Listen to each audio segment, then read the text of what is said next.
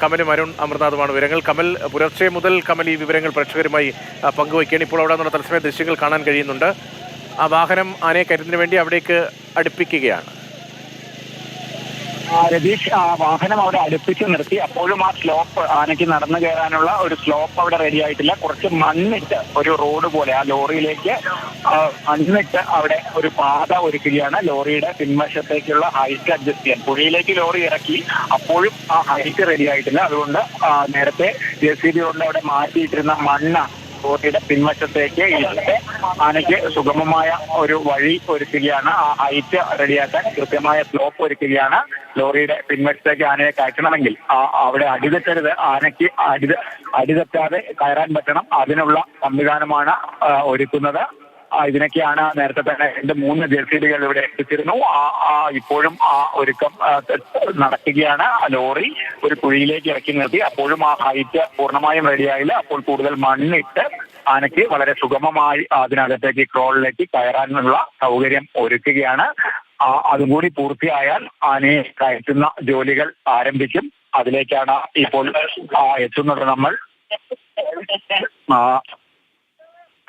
അല്പസമയത്തിനകം തന്നെ ആ ജോലികളിലേക്ക് കടക്കും ദൗത്യസംഘം എന്നാണ് പ്രതീക്ഷിക്കുന്നത്. എന്തായാലും വഴി ഒരുങ്ങിക്കഴിയുന്നു. ആ ലോറിയിലേക്ക് സുഗമമായ പാത റെഡിയാവുകയാണ്. ആ ദൃശ്യങ്ങളാണ് നമ്മൾക്ക് കാണാൻ കഴിയുന്നത്. JCBയുടെ ലൈറ്റ് മാത്രമാണ് അവിടെ ഉള്ളത്. ലോറി നിൽക്കുന്നത് അതിൽ കാണാൻ കഴിയുമെന്ന് കരുതുന്നു. എന്തായാലും ആന അതിന് തൊട്ടടുത്താണുള്ളത്. ആ JCB നിൽക്കുന്ന അടുത്ത് നിന്ന് അകലെ അല്ല ആനയുള്ളത്. പക്ഷേ ഇരുട്ടായതുകൊണ്ട് നമുക്ക് ആനയെ കാണുന്നില്ല എന്നേ ഉള്ളൂ. 2 കുങ്കിയാനകൾ ആനയ്ക്കൊപ്പമുണ്ട്. കാട്ടാനയെ അവിടെ അടുത്തെത്തിച്ചിട്ടുണ്ട്. ഇനി പെട്ടെന്ന് ആ ലോറിയിലേക്ക് കയറ്റാനുള്ള നടപടികളാണ് റെഡിയാക്കുന്നത്.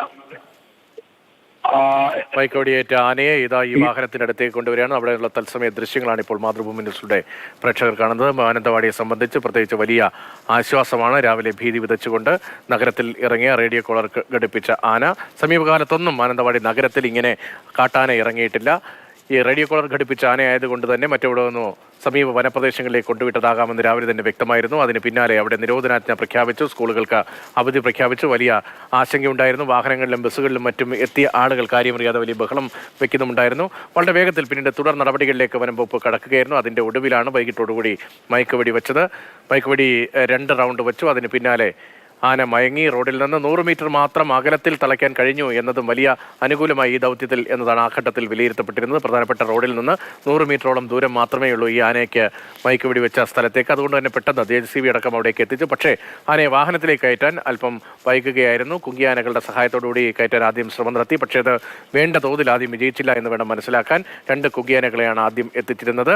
പിന്നീട് 3 കുങ്കിയാനകൾ, ഒരു കുങ്കിയാന കൂടി സജ്ജമായിരുന്നു. ആ ആനയെ കൂടി ഈ ആനയുടെ അടുത്തേക്ക് എത്തിക്കുകയായിരുന്നു. നേരത്തെ അരിക്കൊമ്പനെ ഉൾപ്പെടെ തളച്ച സൂര്യനും വിക്രമും കോന്നി സുരേന്ദ്രനുമാണ് ഈ കുങ്കിയാനകൾ.